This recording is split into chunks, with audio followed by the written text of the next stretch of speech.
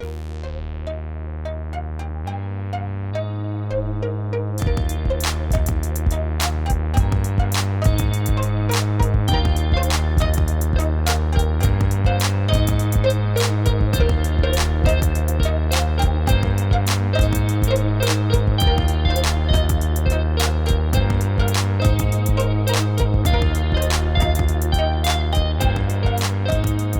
to another episode of the Extraordinary Gentleman Podcast.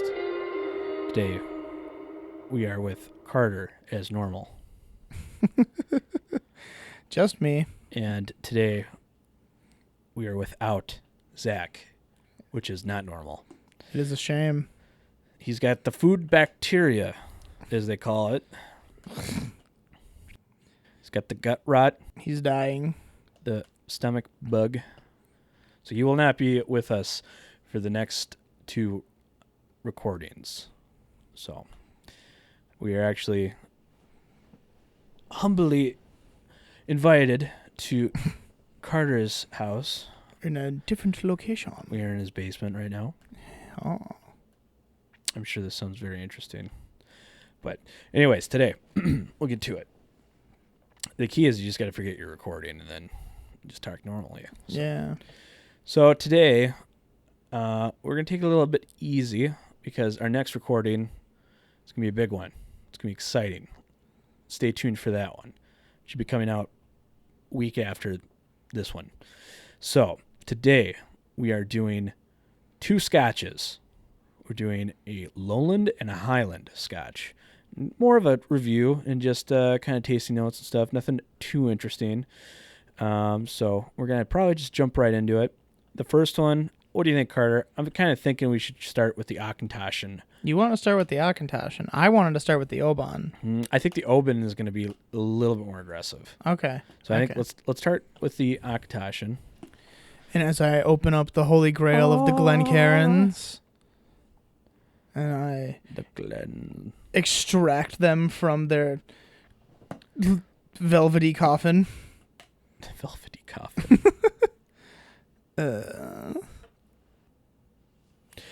So while he pours for us the dram, this is kind of a summarization. Oh, Cork pop. ooh, That was spicy. that sounded wonderful. So Auchentoshan is a Lowland Scotch. This is a summarization. One of the few triple distilled single malt scotches. 2008, Auchentoshan went through a revamp. Bottles, labels were altered, the range was changed, and the visitor center was renovated. The original distillery, thank you,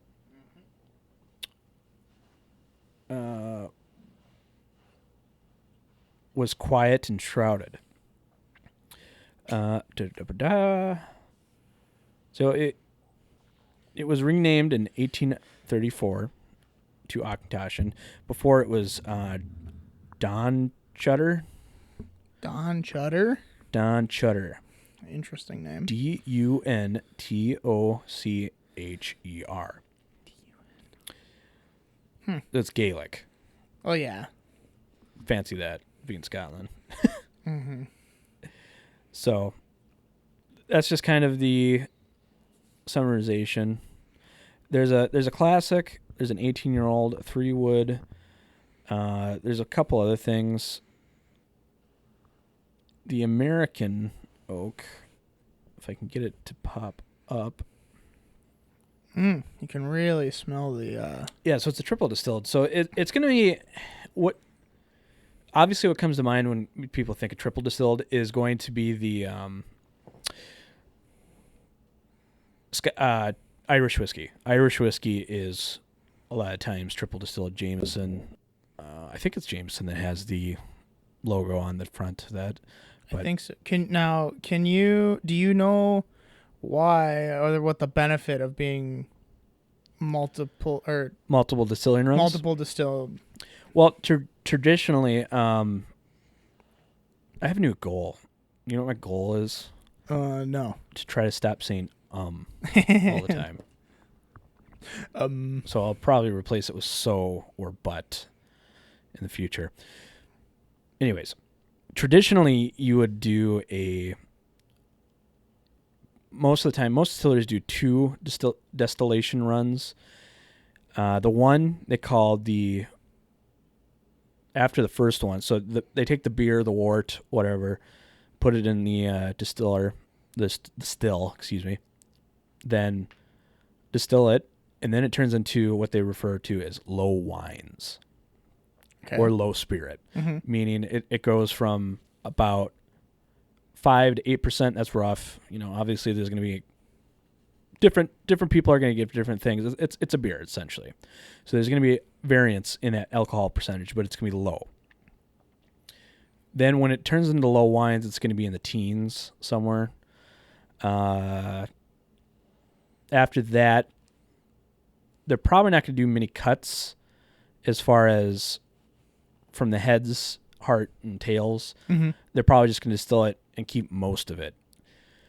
Then when they do the actual run, which I think is referred to as where they make the cuts. I forget what they refer to it as. But the second run, traditionally, when they make the cuts, they'll get rid of the heads and keep the hearts and go a little bit into the tails, but not too far. Irish, the reason why Irish whiskey is so light is because traditionally they do 3 distillation runs. This is what this distillery is doing, is 3 distillation runs. Interesting. There is another distillery, I forget what the distillery's name is called, but the distillery that is home, it's in Campbelltown. It's home to Springbank. That distillery has 3 spirits, and it was explained to me once, but I'll probably be incorrect when I repeat this. They have different the whiskeys. Their first whiskey is advertises having 2 distillation runs. The third whiskey has 3 distillation runs. The second whiskey has 2.5. So explain to me, how do you have 2.5 distillation runs? That doesn't make sense. The only way you could have that is if you're combining 1 and 3. Oh. So 2 is the combination of the other 2 distillations mixed together. Thus 2.5 distillation runs. Interesting. But I forget what the name of the distillery is, but Springbank is one of their products in Campbelltown. So interesting. Yeah. So, anyways, Auchentoshan is a 3 times distilled product, which means it's light. It's not as heavy. On the smell, it's very oaky. This is the American oak. So the American oak, say, aged entirely in first fill American oak casks. Light, bright whiskey with plenty of vanilla sweetness. Yeah, so first fill American oaks, that does not mean it is new wood. That just means it's new to Scotland. First fill American oaks. So this is the first time Scotland's used it. The first time Scotland uses a barrel, they call it first fill. Interesting. If they were referring to new barrel, it would probably be virgin oak is what they would refer to it as. In the United States, it would be new oak. So never used, charred, or had anything ever in it. If it's virgin. Yeah. Yes. For this is the second time this barrel has been used. Yeah, because it's ex-bourbon. Yep. So this is the second time. It's the first time holding a Scotch. Thus, it's called first fill. Okay. Interesting. Yep. And it is very... It smells like if you had a Irish in a bourbon barrel. Yeah. More so than anything else. Light caramel. Yeah, none of the real butter. Was it? Yeah, butterflake. There's like a biscuit, perhaps. Sugar cookie. That's starchy. Yeah, something kind of starchy. Mm-hmm. It is very light. Clings to the glass pretty well, too. It's 40%, so it is a very inviting, low, friendly Scotch. It is a Lowland, if we have not said that already. You get anything else? It's a little bit nail polishy. It's a little bit nail polishy. It's bright. It's very bright. Well, I'm going to taste it. Yeah.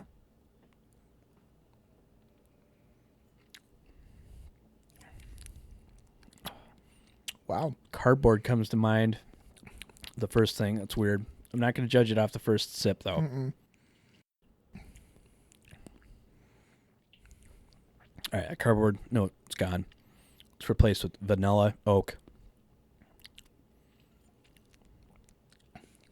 That starch is there. It's like a biscuit, kind of like a buttered biscuit. Yeah, it's not like potato-y. It's more like a bread. Mm-hmm. It's still very light. It's hotter. This is the first whiskey of the day, but it seems hotter than 40%. A little bit.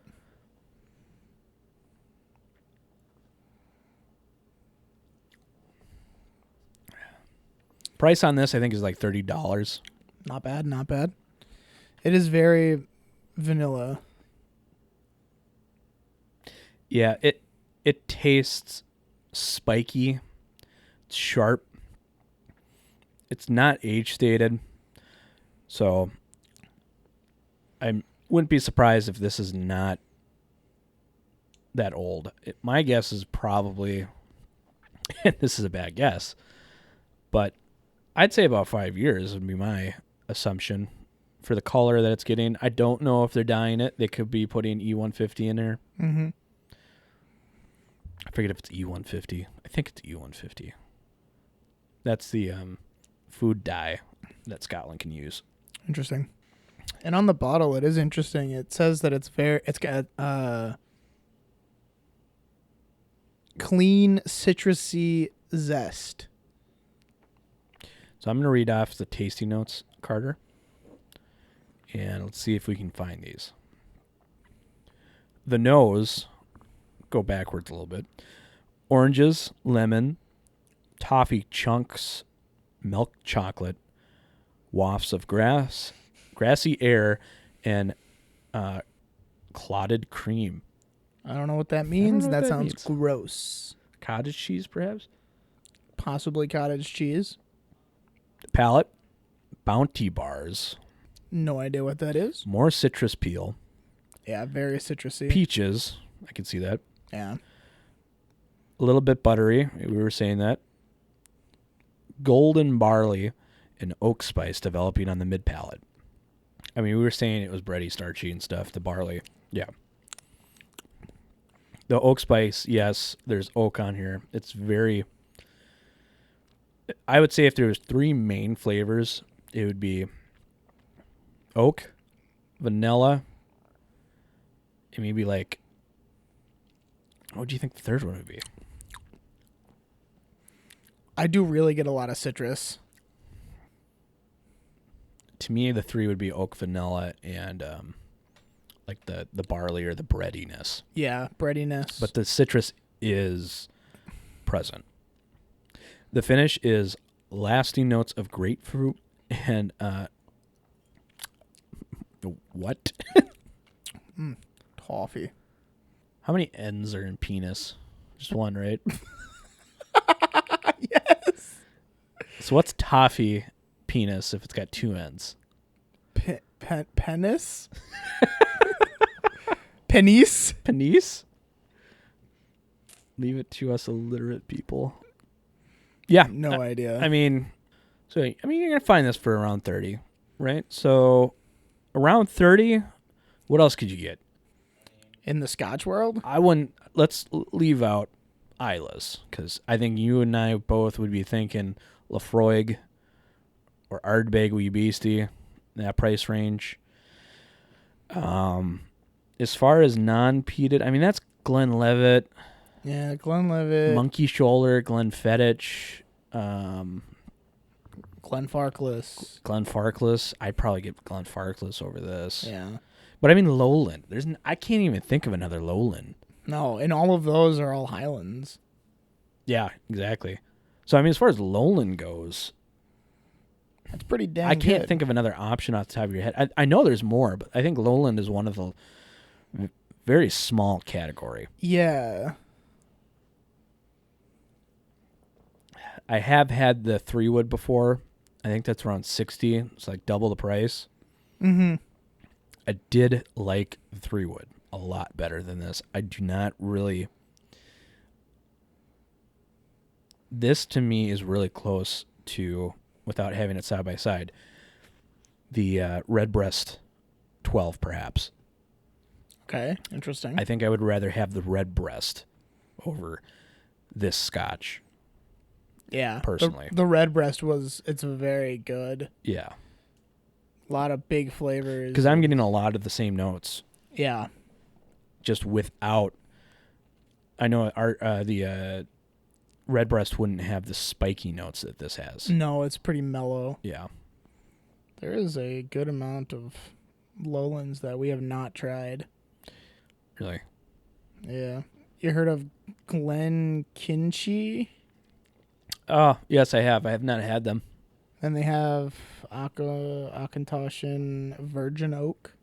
Oh, they do have a virgin oak. Yeah. Interesting. I wonder what that would taste like. They have a lot of... Auchentoshan has a lot in their lineup, it looks like. Mm-hmm. They have one called Blood Oak, 12-year, Heartwood, a 21-year. They're classic. They had one that was finished in a... what was it? Bordeaux cask. It's a wine cask. That does sound right. It sounds like they do a lot of experimenting with different woods, which would be very interesting. I don't know if this is true. I mean, I know, and that's a lot of work doing a whole third distillation run, especially if you don't have to. Exactly. That's a lot more time, a lot more money and resources you're spending. A lot longer you're taking on making a product. Mm-hmm. But. Oh, this is rare. You ever heard of Little Mill? No. That's another Lowland Scotch. That's pretty good. I enjoy that more than I remember, but I still not into it. No, I don't think if I was to go to the store, I wouldn't personally pick this up. No, it's a good price. I wouldn't admit that, but I would probably go with an Irish. This is the kind of flavor wheel I feel like that we're in with this bottle. Yeah. But using Zach's method, 1 out of 10, what would you rate this? A 4. 4? Yeah, I'd probably give this I'd give it a 4.5, I would say. But it's good. It's not great.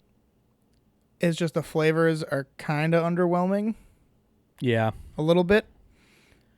And it's too Irishy with the it tastes like okay Irish. And yeah. and there are great Irish whiskeys. Very true. Jameson. Or not Jameson, excuse me. Redbreast. Redbreast. This tastes like a Jameson. I know that the Jameson would probably be more metallic and spikier and stuff because they have column stills, whereas opposed to the Auchentoshan, I believe, is pot still. I think it's a pot still because they have pot stills engraved on the... This, to me, it tastes like the memory I would have of Jameson. I know Jameson is probably lower on the bar than this, but I would go Redbreast. Jameson. What's that? An original Jameson? Yeah, the regular Jameson. Yeah, and then it's like, they have all of the offshoots of Jameson, which Right. are like really good. Oh, yeah, absolutely. Super good. I'd love to go to the Middleton Distillery. We're trying to plan a trip, possibly in a few years. Mm-hmm. That'd be cool. Middleton, Guinness. Oh. What did I just recently have? I just recently had the Jameson... Castmates? No, Black Barrel. Is it stout? I thought Caskmates was the stout. No, I think Caskmates is the stout. What's the Black Barrel? Is that coffee? I'd have to I look thought it they had up. a coffee one.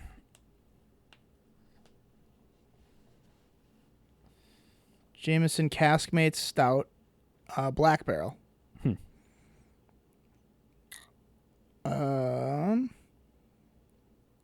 Tasting notes for the Black Barrel. So it's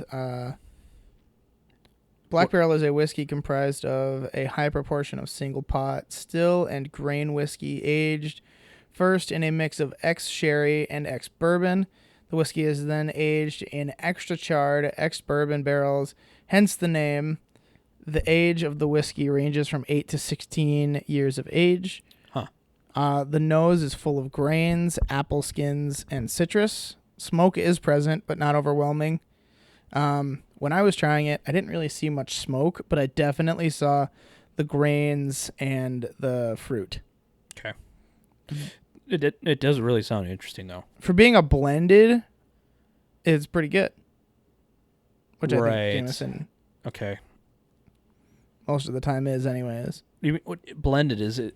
Just from like I don't know what it's... instead of it being a single It's just like pot not still or a yeah. single single distillation. Yeah. Yeah. My mind is blanking. But what do you say we try the Oban?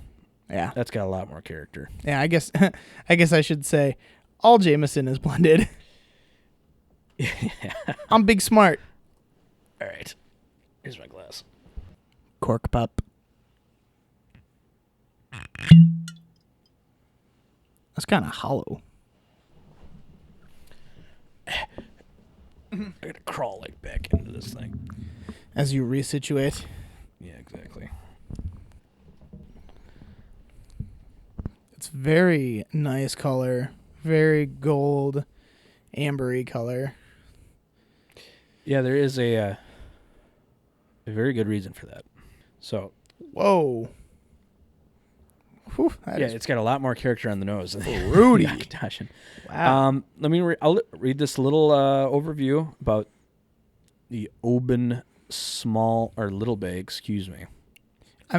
Just before you do that, is this their like entry? Yeah, I think that would be a safe thing to say. The 14 is more of Lagavulin, and 16, that's more like $70. This, I think you can find it in the 50s. Okay. Normal. So of the Oban line, this is more of like their lower end, or just The entry. I would call it an entry, not lower end, but entry. Yeah, well, lower end too. Some people would say that, but this to me, I do really enjoy. Having had both of them, the 14 and obviously we're having the Little Bay. Mm-hmm. I do enjoy this very much. Oh, it smells like Twizzlers. Oh. Yeah, you are completely right. That is amazing. Strawberry wax. It's like really waxy strawberry Twizzlers. Yeah, it totally is. And it's not red vines because it's not that it's grossness. So this is a little overview.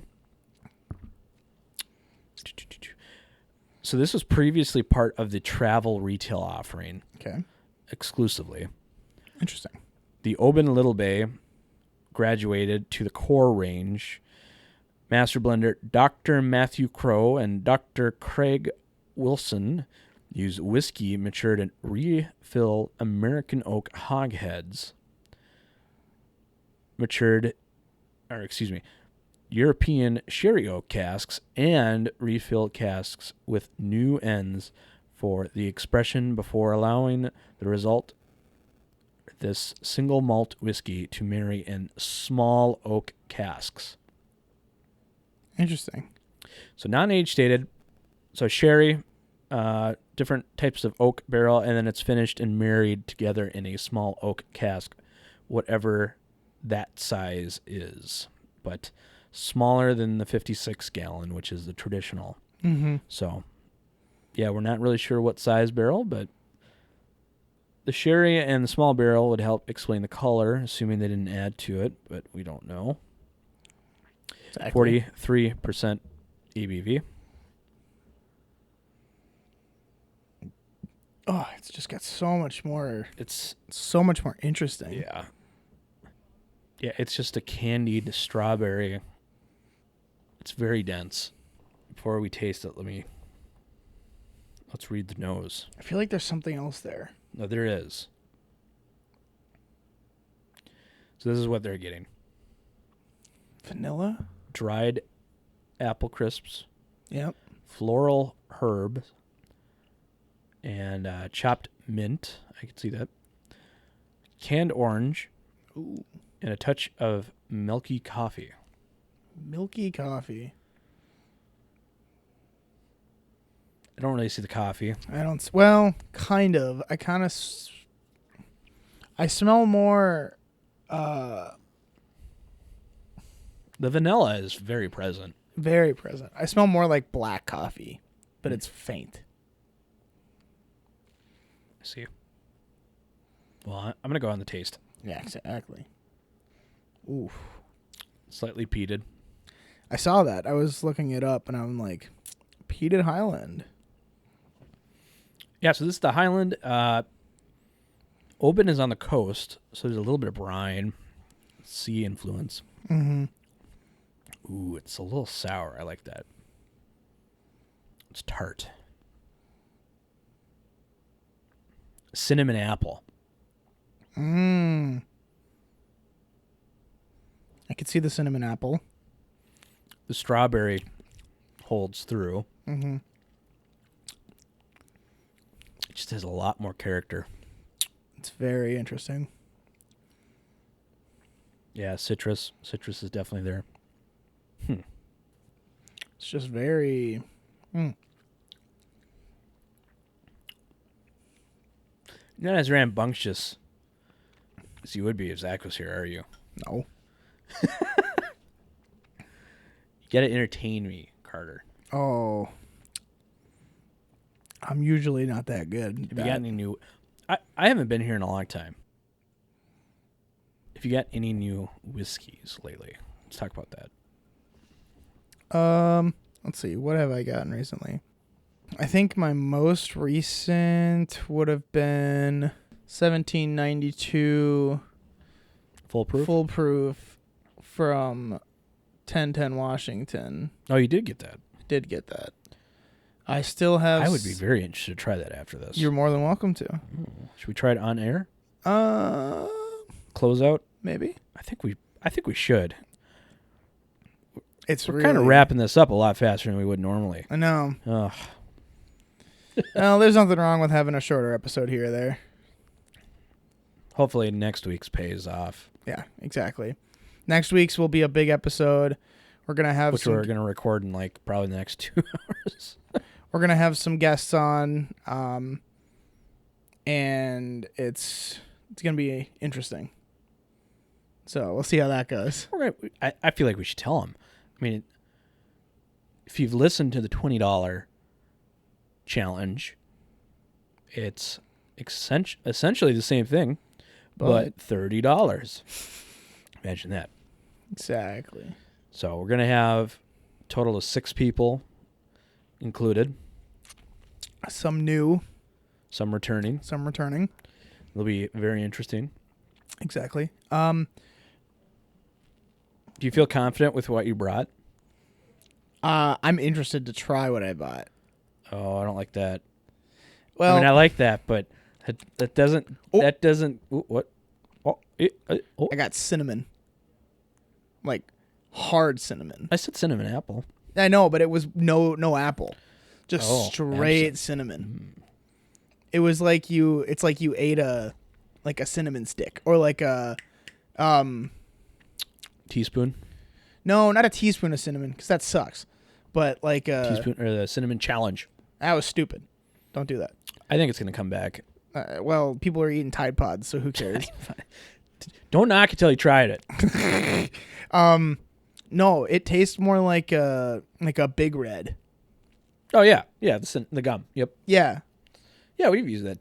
That's a flavor note we've used before. It's good. I think it was. Actually, you know what I was doing? I was editing the Stag Junior episode yesterday. That was one I used. It tastes like Big Red. it's just so good. And for how much was this? $50? I think it cost me $50. It might have been less in my local store. That is really good. I can look next time. It was actually cheaper at my store than it was in total, so I bought it. Interesting. So on Distiller, it was saying that Oban, I guess, is Gaelic for Little Bay. Yeah. So actually, it's Little Bay, Little Bay. Little Bay, Little Bay. I'm also trying to think, did I get any other new whiskeys back on we were talking about before? Oh,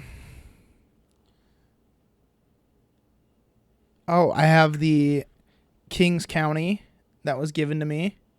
That was the one that I think you mentioned on a previous episode. We had not tried that yet. No, we have not tried that yet. You still have the J. Henry, right? Yes, I still have J. You tried that recently? I have not tried that recently. Because, I mean, I uploaded that episode and I still don't have that bottle. Well, maybe we can kill some of that tonight. Oh, I think they were talking about making mules or something after, too. I know. I'm excited. Yeah. I'm trying to think. I know I bought this a while ago, but, well, it's not that special. Or you still have the Elijah Craig C919. It's barely... I know. You got like an eighth of that thing gone. I know. Which is good, because the day will come, well, my bottle will be gone, and we will need it for a reference. Mm-hmm. And Carter will be there. I will be there. Honestly, recently, I have not been sipping on my little stash as much as I used to. Mm-hmm. Which it's kind of, it's growing because I'm not drinking as much of it. But it's still... every once in a while I'll come down, grab a bottle, have a little bit here or there. Usually I've been finding that it's usually when I have company over that I'm showing them stuff. And I'm just kind of like, this is kind of interesting. This has got like interesting flavors to it. Kind of weird, that kind of stuff. And that's kind of what I like too. Even when I'm like drinking a beer or something like that, I like kind of weird stuff, like kind of off the wall, like exploring. Yeah, I like exploring because it's not like I don't like being dead set on like I like this brand and that's all I like because I like this one flavor profile. Right. I like being able to go out and be like, that's got a cool bottle and I wonder if it's good. So you're into marketing. Yes, but sometimes I'm also just like, it could have interesting flavor profiles, like, the little tags on the shelving at Total Wine. Recommended by Jeff. Yeah, usually recommended by Jeff. They give you a little overview. Sometimes I'm kind of like, oh, that sounds kind of interesting.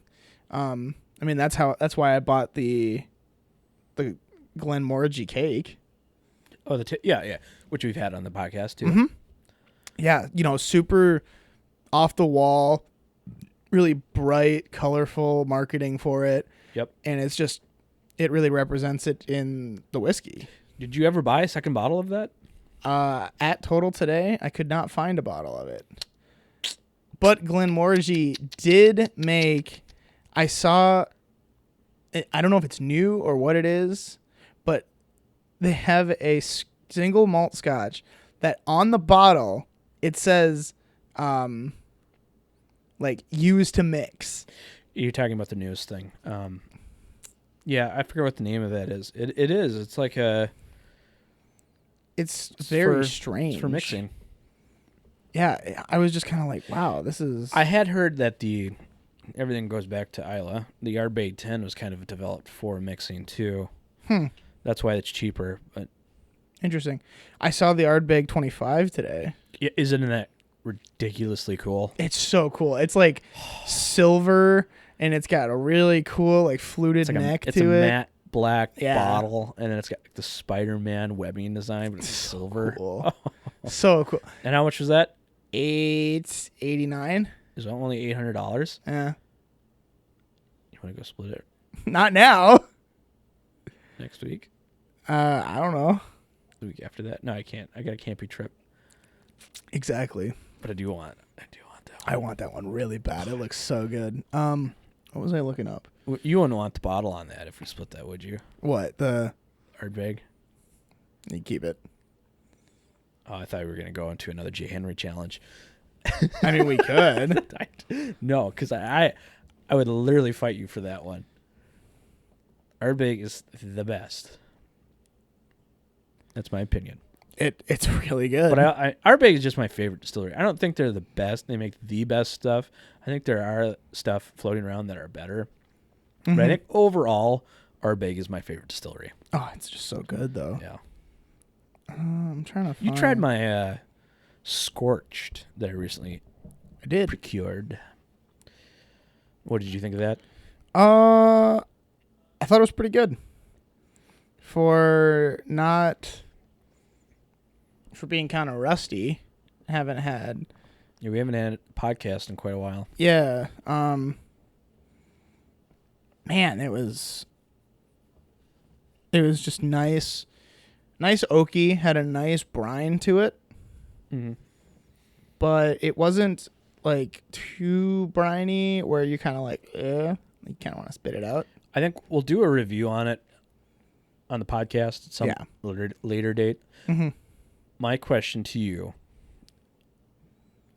how does it compare to the Ardbeg 10 in a short few sentences? I'm trying to remember. Did I have the Ardbeg 10 that day?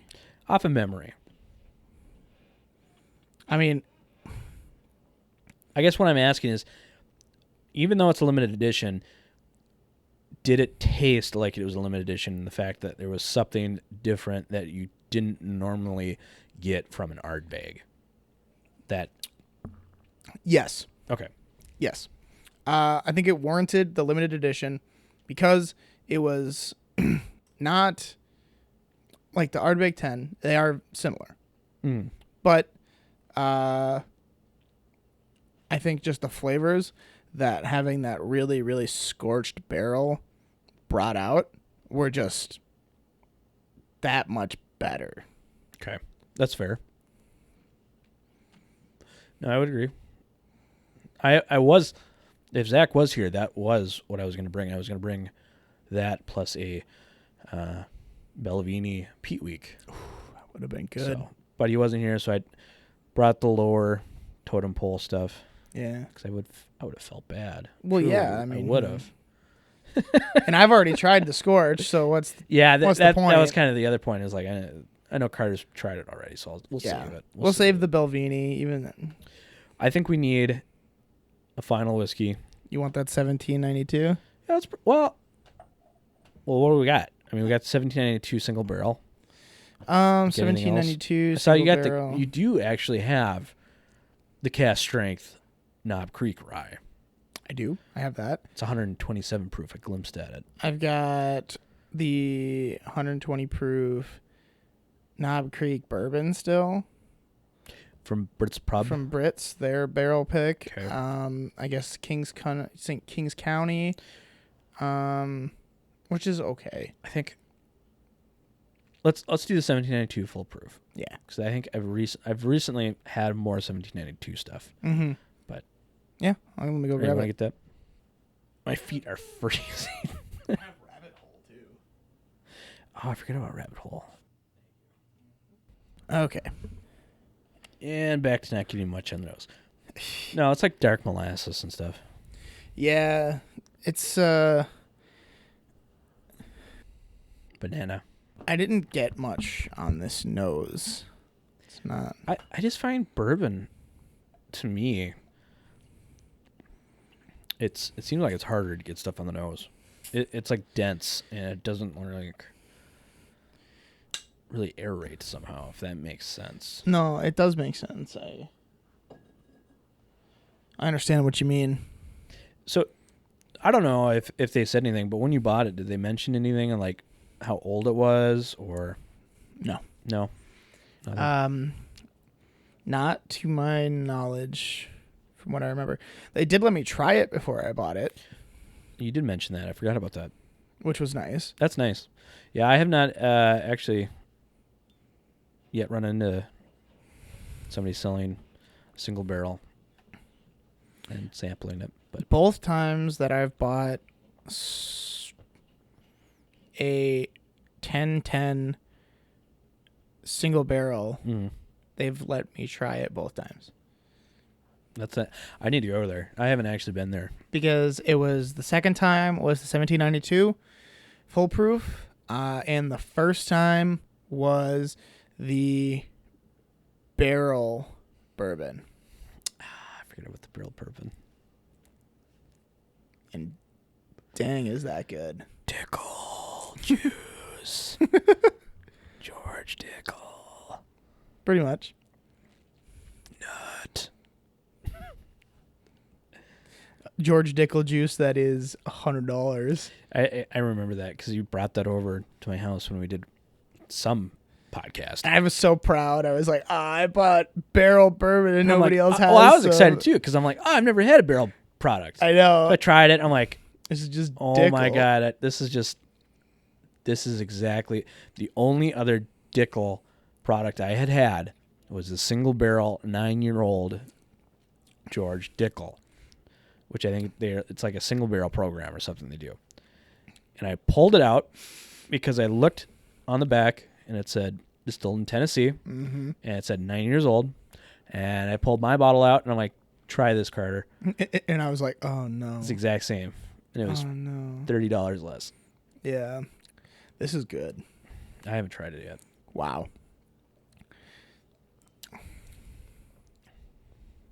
Oh, that is good. Because it's like it gives you that nice mouthfeel.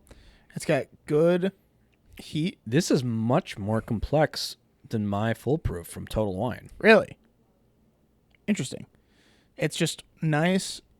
Got a good heat. It's so buttery.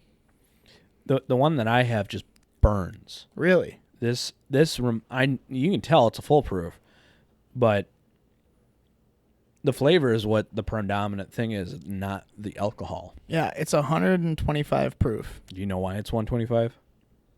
No. Do you know why it's called Full Proof? No. Do you know what the barrel entry proof limit is for bourbon? Isn't it 125? It's 125. So when they take it out, they're watering it back down to 125. That's why it's called Full Proof. Interesting. It's just grape. It's grape candy. Super good candy. Grape Laffy Taffies. Yeah. And oak. And vanilla. Very true. Oh.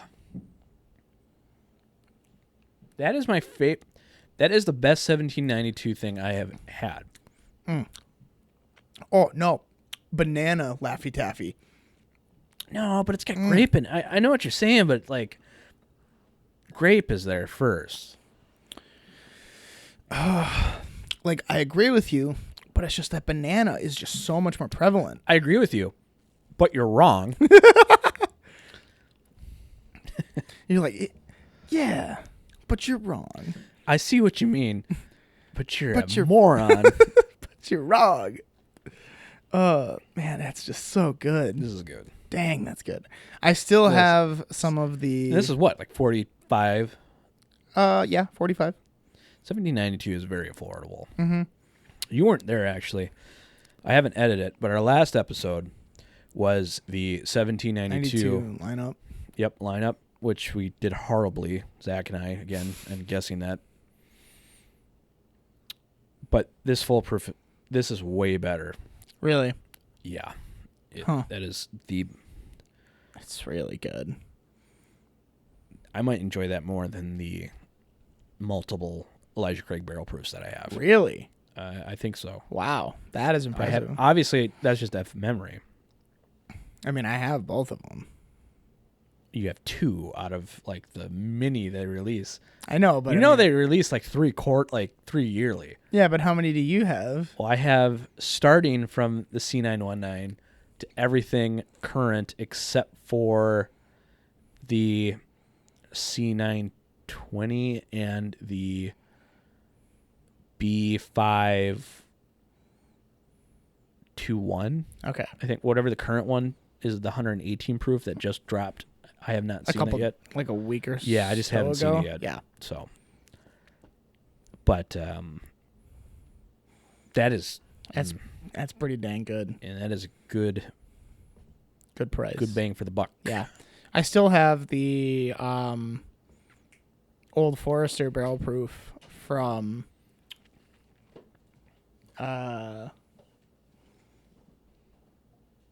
South Lindale. But yeah, 1792. Pretty good. Very good. All right, we got a wild doggo. I think we'll.